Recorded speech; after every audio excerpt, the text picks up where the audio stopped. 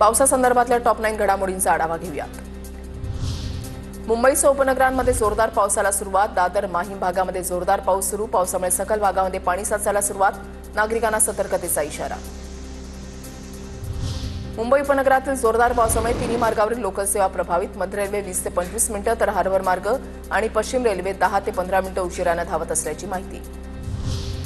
मुंबईच्या कांदिवली, बोरिवली, मालाड परिसरात पावसाची संततधार सुरू। कांदिवली परिसरामधील पावसाचा टॉप अँगल व्ह्यू समोर। पुणे शहरामध्ये पावसाचा जोर वाढला। मध्यरात्रीनंतर अनेक भागात पाऊस बरसला।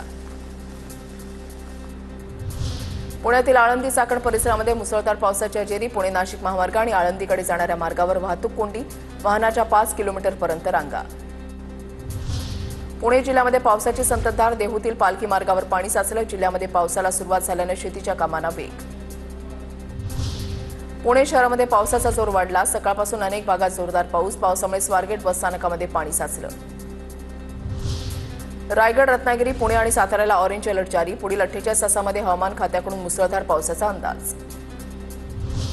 रायगड जिल्ह्यामध्ये पावसाच्या इशाऱ्यामुळे आज शाळांना सुट्टी। सर्व खासगी आणि सरकारी शाळा, महाविद्यालयांना सुट्टी। हवामान विभागाकडून रायगड जिल्ह्यामध्ये अतिवृष्टीची शक्यता।